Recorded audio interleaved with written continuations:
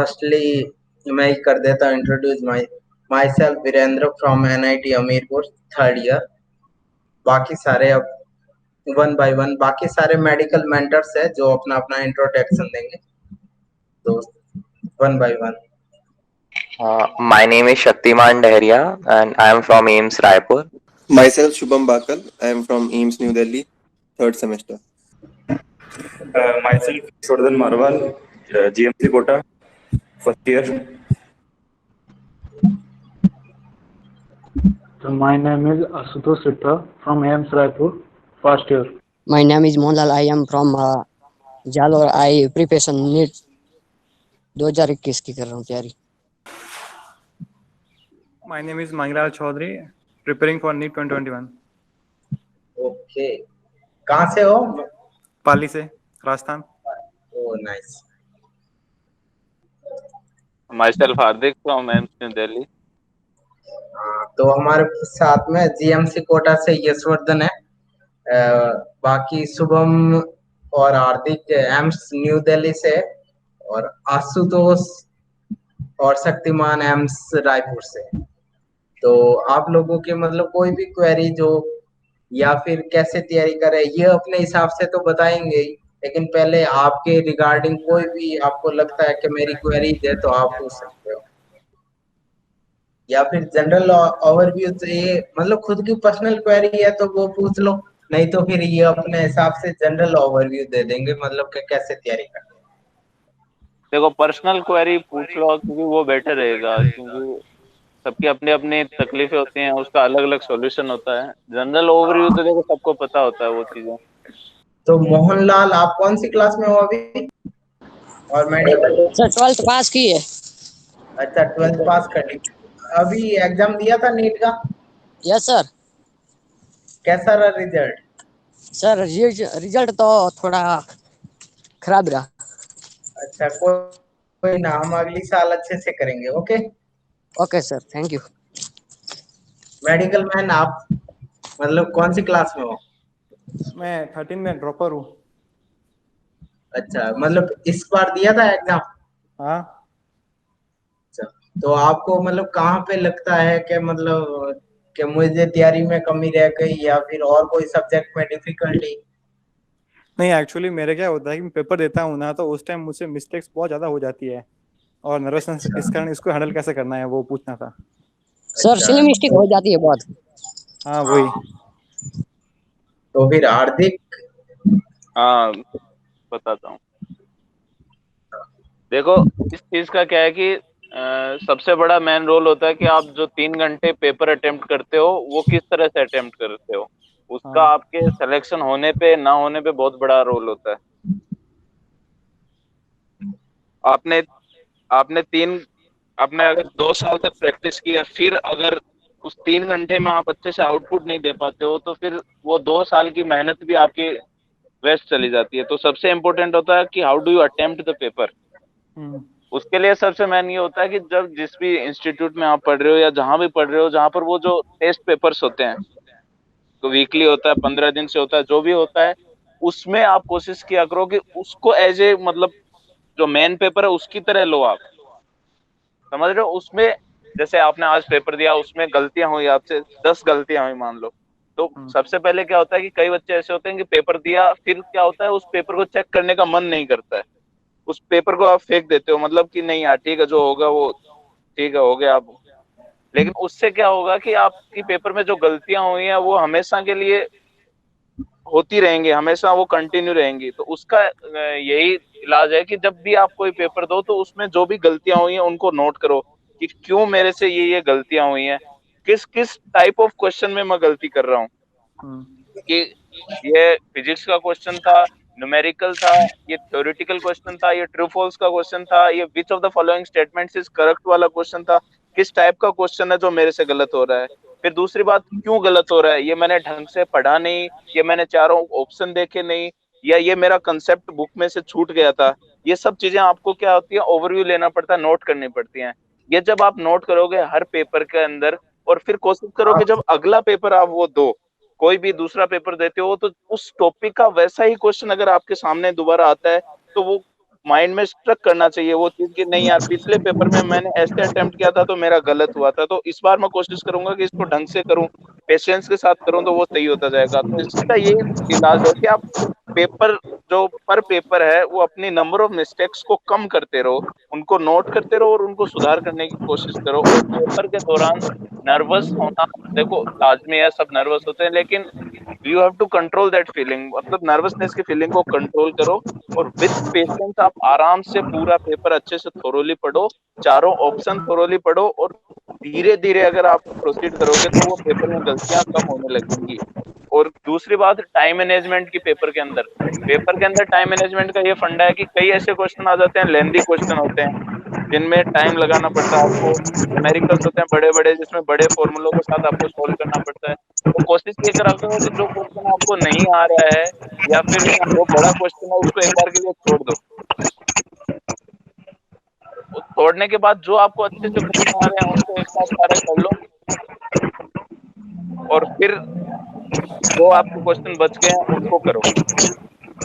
इससे क्या होगा, आपका टाइम मैनेजमेंट भी हो जाएगा और बड़े क्वेश्चंस के चक्कर में आपके क्वेश्चन आ रहे हैं वो खराब नहीं होंगे। कोई दूसरा डाउट? हार्दिक ने बहुत अच्छे से बताया कैसे सिली मिस्टेक्स को ओवरकम करना है। एक चीज और मैं इसमें ऐड करूंगा कि काफी बार क्या होता है ना, क्वेश्चन पढ़ने में मिस्टेक हो जाती है। जो क्वेश्चन में या तो नॉट पूछा है, which of the following is not, and मतलब कुछ भी नॉट होता है, या 2 बार नॉट लग के वो, समझ रहे हो, यस हो जाता है। ये चीजें पढ़ने के लिए, ये चीजों में गलती ना हो। और एक बार कभी कभी होता है अपन ऑप्शन नहीं पढ़ते, पहला ऑप्शन पढ़ते हैं वो सही है उसको टिक मार देते हैं, जबकि fourth option all of these होता है, या बोथ 1 और 3 ऐसा कुछ होता है, फोर्थ ऑल ऑफ दीज होता है, और कई बार ऐसा होता है कि एक एक ऑप्शन ज्यादा करेक्ट है करेक्ट और अगला ऑप्शन उससे ज्यादा करेक्ट बिल्कुल। होता है उससे। तो उसके लिए क्या करना है, मैं तो वो मतलब चीज क्या तभी करता होती था, है जब सारे क्वेश्चन। जब पेपर अटेंड करो तो पेन से मतलब क्वेश्चन के साथ साथ पढ़ते रहो, और जहाँ ऐसे पॉइंट आए जो इंपॉर्टेंट है, जैसे नॉट हुआ या कुछ और चीज हुई क्वेश्चन में इंपॉर्टेंट, तो उसको अंडरलाइन कर लो। तो जब पूरे क्वेश्चन में आपको पता चल जाएगा भाई इसमें नॉट चीज क्या नहीं है वो पूछा है, या जो इंपॉर्टेंट वर्ड्स है जिनसे तुम्हें क्वेश्चन का मालूम चल रहा है उसको अंडरलाइन कर लो। और बाकी फिजिक्स में होती है कैलकुलेशन मिस्टेक हो जाती है कई बार, कि भाई फॉर्मूला तो आता था लेकिन कैलकुलेशन मिस्टेक हो गई, वरना क्वेश्चन सही हो जाता। तो उसका तो आप जितना प्रैक्टिस करोगे, जितने क्वेश्चन लगाओगे, तभी हो पाएगा। और कभी ये हो जाता है कि भाई 4-5 क्वेश्चन लाइन से नहीं आते तो घबराहट हो जाती है और फिर आगे का पेपर खराब हो जाता है। तो उसके लिए भी यही करना है भाई, मतलब हड़बड़ाना नहीं है। या तो दूसरा अटेम्प्ट करने लग जाओ, जैसे मान लो बायो में 4-5 क्वेश्चन नहीं है तो बीच में एक बार छोड़ के फिजिक्स अटेम्प्ट करने लग जाओ, या 5 क्वेश्चन उस टॉपिक के छोड़ के आगे से अटेम्प्ट करने लग जाओ, है ना। और मतलब घबराना नहीं हो तो बीच में रुक के पानी पी लो, थोड़ा सा लंबी सांस लो, और फिर वापस से अटेम्प्ट करना शुरू करो। हाँ, इसी के साथ एक बात और ऐड करना चाहूंगा मैं, जैसे कि जो सिली मिस्टेक की बात है और नर्वसनेस जो कह रहे हैं, यार मेनली हर बात बता दिया इन लोग ने। एक चीज और मैं कहूंगा कि स्ट्रेटेजी, एक पर्टिकुलर स्ट्रेटेजी रहती है एग्जाम ओरिएंटेड, कि सबसे पहले मैं ये मतलब स्टार्ट करूंगा सबसे पहले, जैसे प्रॉपरली जो सब्जेक्ट है ना, मैं फिजियो बायो केम बोल रहा हूँ एक साथ। हाँ, तो एक स्ट्रेटेजी बनाओ कि पहले बायो स्टार्ट करनी है, फिर केमिस्ट्री करनी है, फिर फिजिक्स करनी है। लाइक केमिस्ट्री की भी बात कर रहे हैं तो उसका भी एक मेरा स्ट्रेटेजी रहती थी कि पहले ऑर्गेनिक डील करूंगा, उसके बाद फिर मैं इनऑर्गेनिक जाऊंगा, फिर फिजिकल जाऊंगा। तो इससे क्या है, नर्वसनेस बिल्कुल नहीं होगी कि यार पहले बायो कर रहे हो, ओके फाइन, क्या नंबर ऑफ क्वेश्चंस बन जा रहे हैं, फिर तुम जाओ केमिस्ट्री में, और ऐसे करके एक पर्टिकुलर स्ट्रेटेजी। जब तुम एक मतलब टेस्ट दे रहे हो, कोई नॉर्मल कहीं इंस्टीट्यूट में कोई टेस्ट दे रहे हो, तो एक पर्टिकुलर स्ट्रेटेजी को अगर फॉलो करते जाओगे तो नर्वसनेस तो मतलब बहुत कम हो जाएगी। सिली मिस्टेक, हर चीज प्रैक्टिस पर डिपेंड करती है, जितना ज्यादा आप प्रैक्टिस करोगे उतना ज्यादा सही होगा। और कोई अपनी क्वेरी प्रिपरेशन से रिलेटेड कोई भी क्वेरी? हेलो, एक्चुअली सिलेबस कब तक कंप्लीट होना चाहिए और कोचिंग ज्वाइन करना है या नहीं करना है? देखो कोचिंग का तो क्या है कि if you join coaching it would be better, मतलब कि स्कूल में आप इतना मतलब जो स्कूल में क्या होता है कि बोर्ड ओरिएंटेड स्टडीज होती हैं, मतलब सबसे मेन फोकस आपका रहता है कि परसेंटेज कैसे बनाए जाते हैं बोर्ड्स के अंदर, तो वो नीट या एम्स के ऊपर कभी फोकस नहीं करते हैं स्कूल वाले। तो if you join coaching it would be better, but if you are not able to do that then ठीक है, आप खुद सेल्फ स्टडी से भी परस्यू कर सकते हैं। कई ऐसे बच्चे हैं जिन्होंने बिना कोचिंग के भी अच्छे रैंक के साथ सिलेक्शन किया, तो मतलब कोचिंग ज्वाइन करना मस्ट नहीं है, but if you join it would be better for you. और सिलेबस का तो देखो क्या है कि सिलेबस हर इंस्टीट्यूट का अलग अलग स्ट्रेटेजी होती है, सबका अलग अलग टाइम पीरियड होता है सिलेबस कंप्लीट करने का, तो वो एक सब्जेक्टिव क्वेश्चन है, लेकिन इतने पीरियड ऑफ टाइम पर कंप्लीट हो जाना चाहिए कि आपको अच्छा रिवीजन का टाइम मिल जाए और अच्छी फुल टेस्ट सीरीज। आपकी सबसे इंपॉर्टेंट होती है जो फाइनल टेस्ट सीरीज होती है, जो स्टेप वाइज टेस्ट लगते हैं, फिर फुल सिलेबस टेस्ट लगता है, वो सब जब अच्छे से कंप्लीट हो जाए विद रिवीजन, तो अगर आपको इतना सफिशिएंट टाइम मिल जाता है एग्जाम से पहले, तो वो सबसे मेन इंपॉर्टेंट चीज वो है। देखो सिलेबस का तो क्या है, कोचिंग वाले तो जब भी कराएं सिलेबस उससे मतलब नहीं है, आपका खुद का सिलेबस हो जाना चाहिए एग्जाम से 3 महीने पहले, है ना। मतलब आपको सारा पूरा सिलेबस एक दो बार अच्छे से पढ़ा हो और समझा हो, याद किया हो, ताकि उन 3 महीनों में फिर तुम पेपर लगा सको। पहले क्या करना है, एक बार फिर मतलब छोटे छोटे टॉपिक्स के लगाने, जैसे मान लो 8-10 टॉपिक के लगाए, फिर थोड़े मतलब नंबर ऑफ चैप्टर्स बढ़ाओ, और ऐसा करते करते लास्ट में फुल सिलेबस के क्वेश्चन लगाओ। उससे बहुत ज्यादा फायदा होगा पेपर अटेम्प्ट करने में। पेपर अटेम्प्ट करने में भी प्लस उससे तुम्हारे कभी पेपर छूटेगा नहीं ना। कम से कम दिन में 2 पेपर लगाने ही है लास्ट में, लास्ट का जो 1 महीना होता है ना, तो वो तभी तुम कर पाओगे जब तुम्हारा 2-3 महीने पहले खुद से सिलेबस हो जाए पूरा। कोचिंग वाले जब भी करा रहे हैं उससे मतलब नहीं है, कोचिंग वाले तो 5 महीने पहले ही करवा के रख देंगे, उससे मतलब नहीं है। और प्रीवियस ईयर के क्वेश्चन पेपर सिलेबस के साथ ही करना है या फिर बाद में करना है?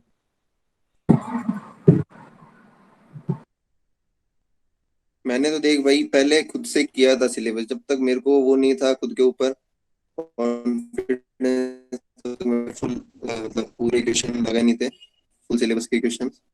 बाकी जो कुछ किताबें ऐसी होती है जिनमें चैप्टर वाइज दे रखे होते हैं प्रीवियस ईयर क्वेश्चन, जैसे मतलब मॉड्यूल में भी होती है, एलन आकाश के मॉड्यूल में, और एमटीजी और अरिहंत की किताबें भी आती है chapter wise previous year questions की, वो लगा सकते हो तुम। मतलब जो भी तुमने अभी चैप्टर पढ़ा है उसके प्रीवियस ईयर के क्वेश्चन लगा लो एक बार। सबसे इम्पोर्टेंट भी वही होते हैं प्रीवियस ईयर के क्वेश्चन ही, क्योंकि अगर आपने वो कर लिए तो मतलब काफी कुछ तो उनसे रिलेटेड या वही कई बार रिपीट हो जाते हैं क्वेश्चन। देखो as it is question repeat हो या ना हो, लेकिन जो पैटर्न ऑफ क्वेश्चन रहता है वो सबका सेम रहता है। मतलब जिस टाइप ऑफ क्वेश्चन, जिस लेवल ऑफ डिफिकल्टी का क्वेश्चन आएगा वो एग्जैक्टली सेम रहता है जैसे प्रीवियस ईयर के साथ। तो एक बार आप प्रीवियस ईयर कर लेते हो अच्छे से, तो you will get an idea कि पेपर कैसा होगा, किस तरीके से किस लेवल ऑफ डिफिकल्टी के क्वेश्चन आएंगे, और अच्छे से आप टाइम मैनेजमेंट भी कर सकते हो उन पेपर को अटेम्प्ट करके, ट्राई कर करके। तो प्रीवियस ईयर क्वेश्चन पेपर करना अच्छी बात है, और यू शुड ट्राई कि इतना टाइम निकाल लो कि आप प्रीवियस ईयर क्वेश्चन भी अच्छे से लगा सको। अगर कोचिंग नहीं भी ले पा रहे हैं ना कोई, तो टेस्ट सीरीज बिल्कुल ज्वाइन करना है यार लास्ट में। जैसे कि और भी फेलो फ्रेंड्स कह रहे हैं कि यार पेपर देना बहुत जरूरी है, तो टेस्ट सीरीज ज्वाइन कर सकते हैं। एलन की टेस्ट सीरीज, आकाश की, और कई सारी टेस्ट सीरीज हैं, वो बिल्कुल ज्वाइन करना चाहिए। डिपेंड्स ऑन फाइनेंशियल कंडीशन की कौन कोचिंग प्रेफर कर पा रहा है या नहीं, तो बिल्कुल टेस्ट सीरीज जरूर लगाना लास्ट में, इंक्लूडिंग जैसे क्वेश्चंस प्रीवियस ईयर के टॉपिक के साथ लगाओ। ऐसा नहीं कि सिलेबस ओवर हुआ उसके बाद फिर क्वेश्चंस लगा रहे हैं। तो अगर टॉपिक के साथ पूरे ये लास्ट ईयर के प्रीवियस ईयर के क्वेश्चंस लगाते जाओगे, तो जब तुम फाइनल टेस्ट सीरीज दोगे जो कि फुल सिलेबस होगा या हाफ सिलेबस 11-12, तो ऐसा कॉन्फिडेंस बिल्डअप हुआ कि नहीं यार आता है यार, हो जाएगा। तो बिल्कुल टेस्ट सीरीज तो लेना चाहिए लास्ट में। अगर कोचिंग नहीं भी ज्वाइन कर पा रहे तो भी यूट्यूब पे इतना कंटेंट है कि वहां से आप अपना सिलेबस कवर कर सकते हो। बस ध्यान ये रखो, जब यूट्यूब पे जा रहे हो, आप कंटेंट सर्च कर रहे हो, तो क्योंकि यूट्यूब पे बहुत सारा कंटेंट है, बहुत डाइवर्सिफाइड कंटेंट, तो आप किसी एक चैनल को पकड़ो, उसी को फॉलो करते हुए चलो, ताकि जो आपका पैटर्न ऑफ स्टडी है उसके अकॉर्डिंग सिंक्रोनाइज रहे, तो आप वरना ज़्यादा भटकोगे नहीं। तो अगर कोचिंग नहीं भी ले पा रहे तो यूट्यूब आपकी अच्छी हेल्प कर सकता है, जो फाइनेंशियली वीक है उनके लिए। हाँ, टेस्ट सीरीज एक बहुत नेसेसरी है, तो वो ज्वाइन करनी ही चाहिए आपको, क्योंकि उससे आपको एक फाइनल बूस्ट मिलेगा, एक अच्छी प्रैक्टिस होगी एग्जाम के। और कोशिश करो कि एग्जाम का माहौल क्रिएट करके उसको टेस्ट सीरीज करो, ताकि जो प्रेशर हैंडल करने की चीज़ है वो भी आप, उसके लिए भी आप ना खुद को तैयार कर सको। और कोई डाउट किसी को कुछ पूछना हो तो पूछ लो आसानी से। सर मैं एक बात और ऐड करना चाहूंगा एस्पिरेंट्स के लिए। जैसे कि एक और फेलो फ्रेंड ने यूट्यूब के बारे में बताया, तो मैं भी कई सारे चैनल प्रेफर करता था। तो उसमें से one of the best channel physics के लिए फिजिक्स गैलेक्सी जरूर देखें जाके। डॉक्टर तो नहीं, आशीष अरोरा नाम है उनका, जो कि एलएन की जयपुर फैकल्टी के फिजिक्स के एचओडी हैं। चाहे वो आईआईटी हो, एनआईटी हो, कोई भी बड़े से बड़ा एग्जाम हो, इंक्लूडिंग बोर्ड्स की प्रिपरेशन, सभी एकदम एडवांस लेवल तक सारे question with in a minutes, 3-4 minute से ज्यादा बड़ी कोई वीडियो होगी भी नहीं। और मेरे हिसाब से शायद वही एक ऐसा टीचर है जो एलएन की फैकल्टी होती हुई भी उसका यूट्यूब में कंटेंट अवेलेबल है, और इतना ज्यादा सिंक्रोनाइज है कि यार तुमको ढूंढना भी नहीं पड़ेगा। और बेस्ट एलएन की फैकल्टी में बेस्ट है वो, तो उनका कंटेंट भी है यूट्यूब में, बेस्ट है हर एक चीज। मतलब जो प्रॉब्लम्स है अपनी वो भी डील कर लेते हैं वो, तो उसको जरूर देखना। बायो मेंटर्स भी हैं बायो के लिए, और मेडिसी केमिस्ट्री। तो अगर कोई कोचिंग नहीं भी प्रेफर कर पा रहा है तो बिल्कुल अगर यहाँ पे वो सीरियसली ध्यान दे देगा तो काफी फायदा होगा उसे। और कोई डाउट पूछ लो। मेडिकल वाले बच्चों को ज्यादा डाउट नहीं आते।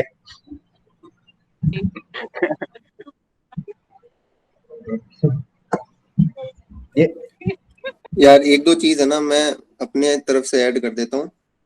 जो भी मतलब नीड देते हैं ना, तो वो पहले ये सोचते हैं कि भाई ये कॉलेज चाहिए, वो कॉलेज चाहिए। तो सबसे पहले क्या करना चाहिए, सिलेक्शन को वो करो, सिक्योर करो, पहले प्रिपरेशन के टाइम भी और पेपर के टाइम भी। तो प्रिपरेशन में तो क्या करो, एक चीज सबसे बेस्ट है, जो एलन की या कहीं पे भी आपको मिल जाएंगे प्रीवियस ईयर के चैप्टर वाइज, वो आप देखो कौन से चैप्टर से कितने क्वेश्चंस आ रहे हैं, है ना। तो उसमें जो सबसे ज्यादा जिन चैप्टर से क्वेश्चन आ रहे हैं उनको पहले आप मास्टर कर लो बिल्कुल। कि भाई जैसे जेनेटिक्स से 8 क्वेश्चन आ रहे हैं, तो वो मैं उनमें से एक भी गलत नहीं करूंगा। उसके बाद इकोलॉजी से क्वेश्चन ज्यादा आ रहे हैं, और इधर प्लांट वाले में से आ रहे हैं, प्लांट फिजियोलॉजी में से आ रहे हैं, हेल्थ एंड डिजीज में से आ रहे हैं, तो उन चैप्टर्स को आप मास्टर कर लो पहले। मतलब ऑल ओवर अगर आप 180 में से 150 क्वेश्चंस का कंटेंट पूरा अपने आप को मास्टर कर लो उन चैप्टर्स में, तो 600 नंबर तो आपके सीधे हैं, ठीक है। वैसे इस बार तो 600 पे दिक्कत ही है, लेकिन अगर नॉर्मल जैसा पेपर आता है तो उसके बाद आपको फिर रैंक के लिए जाना होता है। फिर जो छोटे चैप्टर्स होते हैं जिनसे 1-2 क्वेश्चन आ रहे हैं उनको फिर पढ़ो। मतलब ऐसा नहीं है कि भाई आपको चैप्टर कोई अच्छा लग रहा है, कम्युनिकेशन वाला चैप्टर अच्छा लग रहा है, उसी को पढ़े जा रहे हो, उसी के क्वेश्चन लगाए जा रहे हो। वो नहीं करना है। जो ज्यादा इंपॉर्टेंट चैप्टर्स हैं उनको ही फर्स्ट प्रायोरिटी देनी है, ठीक है। ये हो गया। फिर पेपर अटेंड करते वक्त भी इसको ध्यान रखना है। जैसे अब कोई 1-2 हार्ड क्वेश्चन है आपको लग रहा है, तो उसको छोड़ दो। पहले 150 क्वेश्चन सही करने की कोशिश करो फर्स्ट राउंड में। पेपर हमेशा राउंड में निकाला करो। अगर आपने फर्स्ट राउंड में 160 क्वेश्चन कर दिए और वो आपको लगता है मेरे श्योर है, तो सिलेक्शन हो गया आपको। पहले ही आपको ये करना है, जिससे आपका पेपर छूटेगा भी नहीं। अब जितना टाइम बचा है, आधा घंटा, 1 घंटा, और जितने क्वेश्चन बचे हैं 20-25 क्वेश्चन, अब उनमें एक एक क्वेश्चन में पूरा जोर लगाना है तुम्हें। पूरा दिमाग लगा दो, जितने कॉन्सेप्ट पढ़े हैं सब लगा लो, है ना। पहले मतलब ऑप्शंस को कट कर दो भाई जो नहीं हो सकते, और फिर 2 में ऑप्शन हो तो थोड़ा बहुत लॉजिकल तुक्का भी लगा सकते हो आप। तो वो फिर आपको रैंक पुश करने के लिए मदद करेगा। फर्स्ट ऑफ ऑल आप अपना वो सिलेक्शन सिक्योर करो, है ना। तो ये तो हो गई 2 चीजें। उसके बाद एक ये है कि एक शॉर्ट नोट्स बनाता था मैं, फिजिक्स, फिजिकल केमिस्ट्री और इनऑर्गेनिक केमिस्ट्री के बनाए थे मैंने। क्योंकि लास्ट में क्या होता है ना, सिलेबस पूरा पढ़ नहीं पाते क्योंकि पेपर रहते हैं बहुत सारे, फुल सिलेबस के पेपर रहते हैं। और किसी एक चैप्टर को आप पूरा डिटेल में पढ़ोगे तो आपका भी टाइम किल हो रहा है, क्योंकि इतने सारे चैप्टर हैं, एक चैप्टर को आप ज्यादा टाइम भी नहीं दे सकते। तो फिर मैं क्या करता था, जितने भी फॉर्मूलाज प्लस और जो हार्ड क्वेश्चंस होते थे उनके डायग्राम बना के थोड़ा सा साइड में लिख लेता था। और फिजिकल केमिस्ट्री में भी फॉर्मूलाज, और इनऑर्गेनिक केमिस्ट्री में जनरल ट्रेंड प्लस उनका एक्सेप्शन। तो इससे physics, physical chemistry, inorganic chemistry तो हो ही गई। ऑर्गेनिक केमिस्ट्री तो समझने की है, वो अगर आपने एक बार समझ ली तो आप भूलोगे नहीं उससे। और बायोलॉजी एनसीईआरटी से पढ़ो। एनसीईआरटी एक तरह का शॉर्ट नोट ही है अपने आप में। जो चैप्टर एलन में 40 पन्नों में है, वो एनसीईआरटी में 4 पन्नों में है। तो ये चीज लास्ट के डेज में फॉलो करो, इससे भी बहुत ज्यादा फायदा होता है। सर केमिस्ट्री में कौन सी मॉड्यूल सॉल्व करें?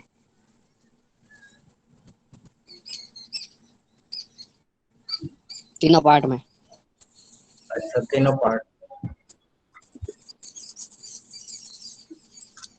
हार्दिक, आप किसी यहाँ हो? कोचिंग को ज्वाइन कर रखे हो?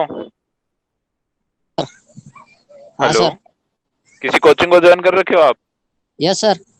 कौन सी कोचिंग को? IM है जोधपुर। तो उस कोचिंग के मॉड्यूल्स नहीं देते उन आपको? करेक्शन है, इस साल ही डिक्लेयर की है।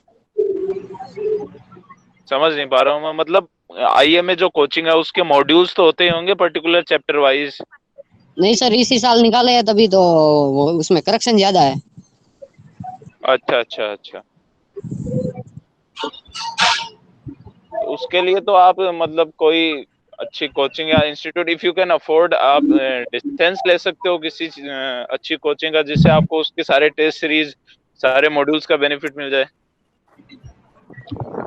देखो यार, केमिस्ट्री में है ना, अगर आप कोई कोचिंग को ज्वाइन कर रखे हो तो उनकी मॉड्यूल तो बेस्ट है ही, जैसे मैंने एलन आकाश की लगाई थी। बाकी अगर आपको कोई बुक्स करनी है तो एक बालाजी पब्लिकेशन करके आता है, जो वाइब्रेंट एकेडमी कोटा है ना, उसके जो डायरेक्टर की बनाई हुई है, तीनों सब्जेक्ट की अलग अलग आती है। VK जायसवाल इनऑर्गेनिक किया है, और ऑर्गेनिक, और ओपी टंडन नहीं, कुछ मतलब 3 ऑथर है, बालाजी MS पब्लिकेशन है। चौहान। उनकी इतने दिन तो सिर्फ IIT के लिए आती थी, लेकिन इस बार उन्होंने, मतलब जिस बार हमने दिया था उस साल उन्होंने नीट के लिए भी निकाली थी बुक्स। तो वो बुक्स कर लो, उनके अंदर सफिशिएंट नंबर ऑफ क्वेश्चन होते हैं और बहुत क्वालिटी के क्वेश्चन होते हैं, बिल्कुल IIT मेंस लेवल के क्वेश्चन होते हैं। अच्छे से प्रिपरेशन हो जाएगी वो, अगर आपने पूरी लगा ली तो। ऑर्गेनिक ऑर्गेनिक की MS चौहान आती है बालाजी हाँ हाँ, पब्लिकेशन की, वही उसी की और हाँ। एक VK जायसवाल आएगी, और एक शायद फिजिकल केमिस्ट्री की नरेंद्र नरेंद्र नाम से पता नहीं है, लेकिन बालाजी पब्लिकेशन की आप बोलोगे तो वो कोई भी बुक डीलर आपको दे देगा वो। बालाजी पब्लिकेशन की फॉर नीट वाली किताब लेनी है, गलती से अगर आपने JEE या फिर IIT की ले ली तो आपको ये भी पता नहीं लगेगा कि मतलब कैसे क्वेश्चन कर रहे हैं, क्या कर रहे हैं। तो ये ध्यान रखनी है, फॉर नीट जो बालाजी पब्लिकेशन रिलीज करता है बुक्स, वो आपको खरीदनी है। Okay sir. वो एक ने पूछा है कि नीट 2021 के लिए हमारी स्ट्रेटजी क्या होनी चाहिए? देखो, नीट 2021 में वैसे तो ज्यादा टाइम नहीं है अभी, मोस्ट प्रोबेबली मई के अंदर होगा, तो 7 महीने का, 7 या 8 महीने हैं। तो उसके लिए आप अब इतनी वास्ट स्टडी नहीं कर सकते आप, you have to focused study करनी पड़ेगी आपको टॉपिक्स की। तो उसके लिए देखो, बायो के लिए तो सबसे इम्पोर्टेंट ये है कि you should focus on mainly on the NCERT। किसी कोचिंग इंस्टीट्यूट को प्रीफर कर रहे हो तो उसके नोट्स प्लस NCERT, अगर नहीं कर रहे हो तो NCERT तो करनी ही करनी है, NCERT रामबाण है बायोलॉजी के लिए। फिर बात आती है फिजिक्स की, तो फिजिक्स के अंदर इस 7 महीने के पीरियड में थोड़ा सा ऐसे करो कि अपने कंसेप्ट को थोड़ा बिल्डअप करो, और साथ साथ थोड़ी थोड़ी उनकी क्वेश्चन प्रैक्टिस भी करते रहो। क्वेश्चन प्रैक्टिस करोगे तो आपको जो टाइम मैनेजमेंट है, पेपर कैसे देना, वो सब सही होता रहेगा आपका, और कंसेप्ट बिल्डअप करते रहो। केमिस्ट्री में यह है कि physical chemistry as a physics की तरह चलेगी, मतलब उसके अंदर भी आपको थोड़ा कंसेप्ट को ध्यान में रखते हुए उसमें क्वेश्चन प्रैक्टिस ज्यादा करनी है।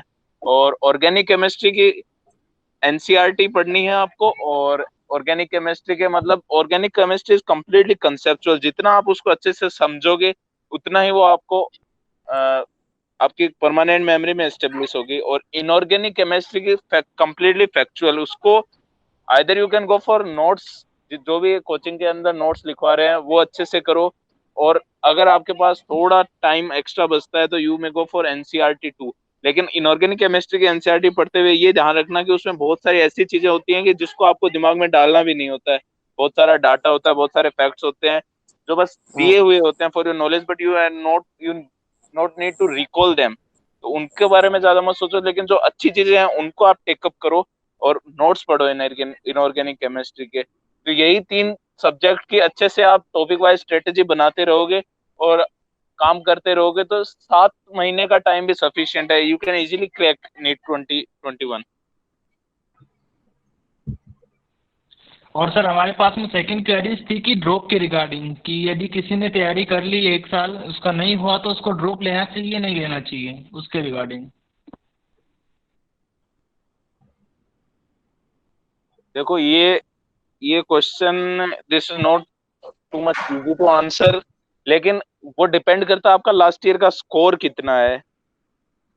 ऐसा नहीं कि मतलब कि मैं ये नहीं कह रहा कि अगर आपका स्कोर 400 आ रहा है तो आप 600 नहीं ला सकते, you can do it, everything is possible.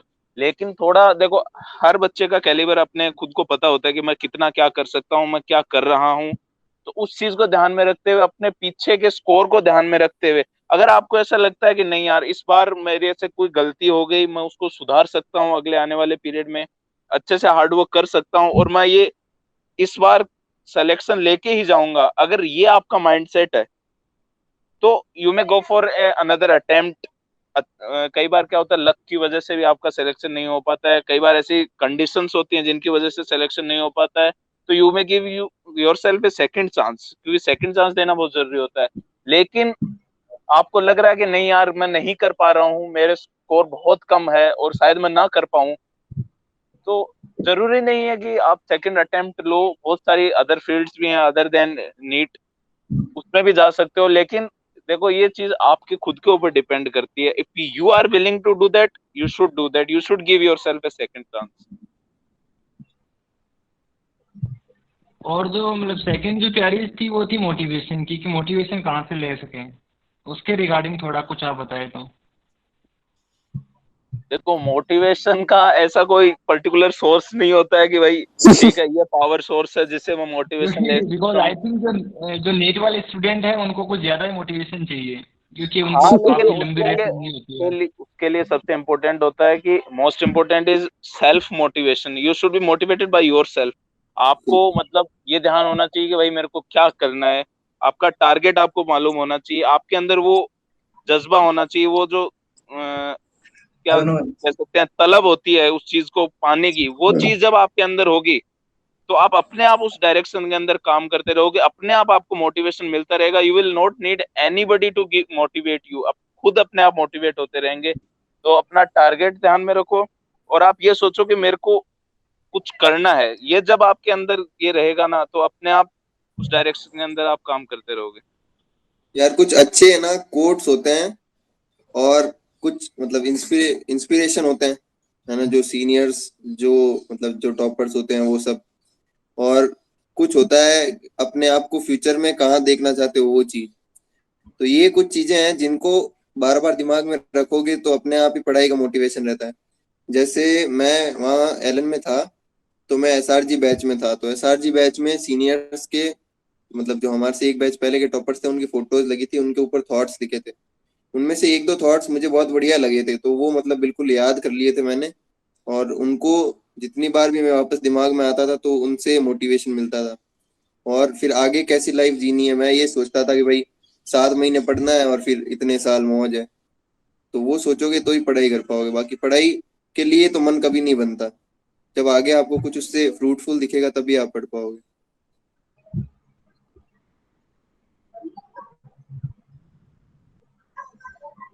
और हमारे सामने एक और क्वेरीज आई थी कि आज के समय लॉकडाउन चल रहा है, सारे इंस्टीट्यूट वगैरह ऑफ है, तो हमें कैसा शेड्यूल फॉलो करना चाहिए ताकि हम लोग मतलब नीट क्रैक कर सके आसानी से। शेड्यूल का तो यही है, मैं तो सोचूंगा कि रोज तीनों सब्जेक्ट पढ़ो। कुछ लोग होते हैं जो एक दिन बायो एक दिन केमिस्ट्री वैसे पढ़ते हैं, वो थोड़ा गलत तरीका है। रोज तीनों सब्जेक्ट पढ़ो और टाइम अकॉर्डिंग, अब देखो जैसे नीट हो गया तो 90 क्वेश्चन बायो के आएंगे, तो उसी हिसाब से 2:1:1 में टाइम डिवाइड कर लो। या आपका कोई सब्जेक्ट पर्टिकुलरली वीक है, जैसे फिजिक्स वीक है, तो उसको एक्स्ट्रा टाइम दे दो अगर आपको बायोलॉजी अच्छे से आती है। और फिर सिलेबस के अकॉर्डिंग डिवाइड करो कि मुझे रोज के कितने चैप्टर करने हैं और कहाँ से पढ़ना है, कितना कंटेंट है, कितने क्वेश्चन लगाने। क्वेश्चन लगाना बहुत जरूरी है डेली का, तो डेली ऐसा रखो कि भाई मिनिमम 100 क्वेश्चन फिजिक्स केमिस्ट्री में लगाने हैं, बाकी जो चैप्टर्स पढ़ने हैं और बायो में एनसीईआरटी पढ़नी है।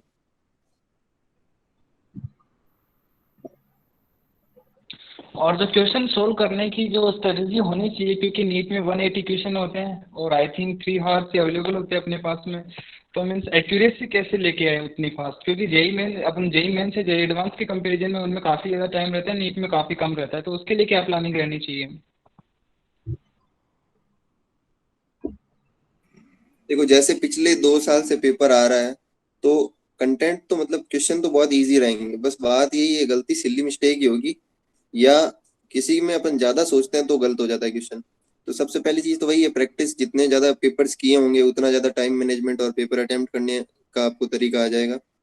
और उसके बाद होता है भाई, आपको कभी ये नहीं होगा कि भाई क्वेश्चन नहीं आ रहा है, या तो मतलब बायोलॉजी है ना, या तो आएगा या नहीं आएगा, तो उसमें टाइम वेस्ट नहीं होगा। आपको फटाफट सिली मिस्टेक नहीं करते हुए और तेज पेपर अटेम्प्ट करना है। उसकी प्रैक्टिस करने के लिए एक्स्ट्रा टाइम बचाओ। जैसे मेरा रहता था कि भाई मुझे 2 घंटे से पहले मैं क्वेश्चन पेपर पूरा करना है, तो नीट का पेपर मैंने 1.5 घंटे में कर लिया था, 2 घंटे में OMR भी बढ़ दी थी साथ में। क्योंकि मैं जितने भी पेपर करता था, फर्स्ट पेपर से लेके लास्ट पेपर तक, सब में यही कोशिश करता था 2 घंटे से पहले मेरा पेपर हो जाना चाहिए। तो आधे घंटे में बायोलॉजी करता था मैं, फिर आधे घंटे में केमिस्ट्री, और 1 घंटा फिजिक्स में लगाता था पूरा आराम से। और वो मतलब डिपेंड करता है, अगर फिजिक्स हार्ड है तो 1 घंटा लग जाएगा, इजी है तो 45 मिनट 40 मिनट में हो जाएगी। पूछो भाई, आराम से पूछो, जो भी डाउट है पूछो, कोई दिक्कत नहीं है।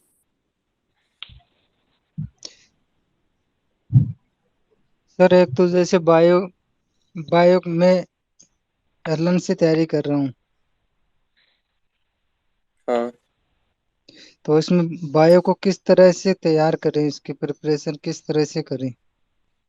देख, अभी तो तेरे पास बहुत टाइम है, तो थ्रू आउट द ईयर तो मैंने क्या किया था, मॉड्यूल पढ़ ली थी 1-2 बार अच्छे से, है ना। अच्छा। पूरे चैप्टर शुरू से लास्ट तक 1 2 या 3 बार तो अच्छे से पढ़ ले, बस उतना ही यस सर। सफिशियंट है ना। उसके बाद क्या है, तू एनसीईआरटी पढ़ना शुरू कर, और एनसीईआरटी को जितनी बार पढ़ सकता है उतनी बार पढ़ ले, है ना। 15 20 25 बार जितनी बार पढ़ सकता है, क्योंकि एनसीईआरटी से क्वेश्चन आएगा एज इट इज, एनसीईआरटी की लाइन आएगी। तो अगर अच्छा तेरी तो बिल्कुल सर। रटी हुई होगी तो तू एक एक सेकंड के अंदर क्वेश्चन का आंसर करके आगे निकल लेगा। अच्छा सर। और सर केमिस्ट्री में किस तरह से करें? केमिस्ट्री में तो देख, एलन के नोट्स ही पढ़े थे मैंने। ऑर्गेनिक के तो समझना होता है, 1 2 बार अच्छे से समझ ले। Yes organic sir. में तो जो रिएक्शंस है मेनली, है ना, उनकी हाँ। कुछ कुछ रिएक्शंस ही होती है जिनकी मैकेनिज्म पढ़नी होती है। जैसे यस सर। एल्डोल हो गई, कैनिजारो, और वो सब हो गई। तो जिन जिन की मतलब वो टीचर्स बता ही देते हैं कौन सी रिएक्शंस होती है जिनकी मैकेनिज्म पढ़नी होती है। उनकी मैकेनिज्म अच्छे से समझ ले कि कौन सा ग्रुप कहाँ से निकल के कहाँ पे ऐड हो रहा है, क्या सिस्टम हो रहा है। बाकी जनरली सिर्फ रिएक्शंस याद ही करनी होती है, तो उनको याद कर लो। और बाकी नॉर्मल है, जो IUPAC नोमेनक्लेचर हो गया, आइसोमेरिज्म हो गया, वो बहुत ही अच्छे टॉपिक है समझने के, तो उनको समझ लो। बाकी यस सर। इनऑर्गेनिक आई, तो इनऑर्गेनिक में वही है, जनरल ट्रेंड सबका मालूम होना चाहिए और एक्सेप्शंस मालूम होने चाहिए। तो ये तो यस सर। शुरू वाला हो गया, जो शुरू के चैप्टर है इनऑर्गेनिक के। और उसके यस। बाद आ जाते हैं ब्लॉक्स। तो ब्लॉक्स में एस ब्लॉक बहुत छोटा है और उसमें हाँ मतलब सर। कम ही कंटेंट है, तो मैं क्या करता था, एस ब्लॉक DF ब्लॉक एक दिन पढ़ लेता था, और P ब्लॉक एक दिन अलग से पढ़ता था। समझ रहा है, P ब्लॉक को इनके साथ मिक्स मत करना, क्योंकि वो एक अच्छा। अलग ही बहुत बड़ा चैप्टर है। तो एक दिन में तो ये तीनों पढ़ सकता है, छोटे छोटे चैप्टर है, और फिर एक दिन P ब्लॉक पढ़। बैठ और जाइए। P ब्लॉक को भी पढ़ने के लिए तो क्या कर, ग्रुप वाइज पढ़, 13th 14th अच्छा ऐसे। सुन ले। समझ रहे। हाँ सर बोलिए। तो उसके बाद क्या करना है, इनऑर्गेनिक भी हो गई, तो फिजिकल में तो देख, फिजिकल तो इजी फिजिक्स है एक तरह से, डायरेक्ट फॉर्मूला बेस्ड क्वेश्चंस आएंगे। बस तुझे ये पता होना चाहिए क्या पूछ रहे हैं ना। तो यस बस सर। वही, एक बार चैप्टर पढ़ते टाइम समझ ले कौन सी क्वांटिटी का क्या मतलब होता है, वो किसको बताती है, और फॉर्मूला देख ले। और उनका डेरिवेशन छोटा सा होता है, किसी किसी फॉर्मूला का होता है, बाकियों का होता भी नहीं है। और क्वेश्चंस यस। लगा उसमें बस। केमिस्ट्री में यही है। और फिजिक्स में? फिजिक्स में देख, फिजिक्स में तो बेसिक चीजें सबसे पहले पढ़नी होती है ना। हालांकि वो चैप्टर लोगों को लगता है कुछ काम के नहीं है, जो वेक्टर हो गया, डिफरेंशिएशन इंटीग्रेशन हो गए, ये सब चैप्टर्स, लेकिन यही सबसे ज्यादा इंपॉर्टेंट होता है, क्योंकि सारे चैप्टर्स में यूज होता है इनका। तो यस जो सर। ये इनको ऊपर ध्यान नहीं देता ना, तो उसकी फिर फिजिक्स कमजोर रह जाती है। यस। तो पहले इनको ध्यान से पढ़ ले। उसके बाद नंबर के हिसाब से चैप्टर्स पढ़ो। जैसे रोटेशनल मोशन से ज्यादा क्वेश्चंस आते हैं, तो वो पढ़ लिया। और उसके बाद जो चैप्टर सेम है, जैसे कि देख, काइनेमेटिक्स, रोटेशनल डायनेमिक्स, और उधर में वो इलेक्ट्रिसिटी और मैग्नेटिज्म, यस सर। इन चारों चैप्टर्स के फॉर्मूले सेम है, तू कंपेयर करके देखना किसी दिन। हाँ सर। तो उनको एक ऐसे टेबल बना ले, समझ रहा है। जैसे हाँ। एक में हो रहा है K Q1 Q2 upon R square, है ना। यस और ऐसे ही मैग्नेटिज्म में इसका जो कॉम्प्लीमेंट्री फॉर्मूला कौन सा है, काइनेमेटिक्स में कौन सा है, तो एक एक पन्ने के ऊपर सारे फॉर्मूले आ जाएंगे तेरे इन चारों यूनिट्स के। तो 4 यूनिट ऐसे हो गई, रोटेशन अलग से पढ़नी है अच्छे से। उसके बाद यस बहुत गिनी चुनी यूनिट्स बचती है, जैसे वो हो गई EMI AC हो गई 12th में, और 11th में भी छोटी मोटी यूनिट्स ग्रेविटेशन और ये सब रहती है। तो बाकी उनको फिर तो अलग से पढ़ सकता है। यस तो बाकी सर मेन चीज ये पहले एक बार समझ ले, फॉर्मूले देख ले, फॉर्मूले का डेरिवेशन देख ले। एक फॉर्मूला जो बेसिक फॉर्मूला होता है ना, उसी को याद करना होता है। उसके अंदर फिर अलग अलग वैल्यू रख के 4 फॉर्मूले 5 फॉर्मूले बना लेते हैं, वो सारे याद करेगा तो सब भूल जाएगा। हाँ सर एक वही फॉर्मूला याद रख, उसमें जो बेसिक हाँ फॉर्मूला होता है, उसके अंदर फिर वो अलग अलग वैल्यू डालते रहते हैं कि भाई कोई जैसे Q इज इक्वल्स टू कुछ और रख के वो रख दिया तो अलग फॉर्मूला बन गया कुछ अलग क्वांटिटी की टर्म्स में। तो हाँ एक सर बेसिक याद रखो, और उसके बाद सबसे इंपॉर्टेंट चीज है क्वेश्चन लगाओ। तो सबसे पहले तो बेसिक क्वेश्चंस जो एलन में दे रखे होते हैं फर्स्ट एक्सरसाइज में, सेकंड एक्सरसाइज में दे रखे होते हैं प्रीवियस ईयर के, और ये दोनों हो यस जाए तो फिर हार्ड क्वेश्चंस भी लगा सकते हैं। IIT मेंस लेवल तक लगा सकते हैं, कोई दिक्कत नहीं है। ओके, फिर और किसी की कोई पर्सनल क्वेरीज हो पूछ लो। और उसके अलावा मैं आपको ये भी तरीका बता देता हूँ कि हमें वेबसाइट के थ्रू मतलब अपनी क्वेरीज। ओके हार्दिक, हम लोग अब सेशन लगभग खत्म कर ही रहे हैं, तो बाकी मैं सारे मैंडेज को यही बताना चाहूंगा कि आपको कोई भी क्वेरीज हो तो मैं तरीका बता देता हूँ कि आप कैसे हमें अप्रोच करोगे, और उसके बाद में आप आसानी से हमें अप्रोच कर पाओगे। और अपनी क्वेरीज के लिए अपने सेशन की वेट करने की आपको कोई आवश्यकता नहीं है कि मैं सेशन को वेट करूं कब होगा सेशन, ऐसा कुछ। तो मैं आपको एक शॉर्ट बता देता हूं। अपने मेंटोमेट को सर्च करोगे आप लोग, उसके बाद में पहले काम तो आपको रजिस्टर करना पड़ेगा। रजिस्टर जैसे कि मैंने मेरा अकाउंट लॉगिन किया, ये रजिस्टर्ड हो गया। रजिस्टर्ड होने के बाद सबसे पहले आपको Q&A नाम का ऑप्शन मिलता है। यहाँ पे कोई भी आपकी रिगार्डिंग क्वेरीज होगी तो यहाँ पे आप क्वेरीज पुट अप कर सकते हो। आपको 24 आवर से कम टाइम में आपने अपनी क्वेरीज के आंसर्स मिल जाएंगे। जो मेंटर्स लोग अवेलेबल होंगे वो आंसर दे देंगे। उसके अलावा ये ब्लॉग्स ऑप्शन आता है, तो ब्लॉग्स में आप है ना, ये देखो how should I prepare for NEET, यहाँ पे लिखा होता है मतलब कैसे नीट की तैयारी करें। और फिर ये चैट रूम, कोई आपको डाउट आए तो रात को 9 से 12 बजे तक हमारा सिर्फ संडे को छोड़ के ये हमेशा एक्टिव रहता है। तो यहाँ पे आप आओ और यहाँ पे अपनी क्वेरीज पुट अप कर लो। और इसके अलावा ये भी यहाँ पे आप कोई क्वेरीज के लिए आए हो और कोई मेंटर से रेस्पॉन्स नहीं मिल रहा है, तो आप वेबसाइट में सबसे नीचे है ना एक नंबर लिखे हुए हैं, उस पर आप कांटेक्ट करके बता सकते हो कि मैं यहाँ पे ऑनलाइन हूँ लेकिन अभी तक कोई मेंटर्स का रेस्पॉन्स नहीं आ रहा। या फिर आप इस पे मेल भी कर सकते हो, तो हमें वहाँ से पता लग जाएगा कि क्या करना है और वहाँ से आपको मेंटर अवेलेबल करवा दे। जो लेकिन ये रात को 9 से 12 में ही अवेलेबल है, तो हम कोशिश करेंगे कि ज़्यादा से ज़्यादा टाइम आपकी क्वेरी सॉल्व करें। और 24 आवर्स आप कभी भी अपनी यहाँ पे क्वेश्चन पूछ सकते हो, आपको हर क्वेश्चन के आंसर मिलेंगे।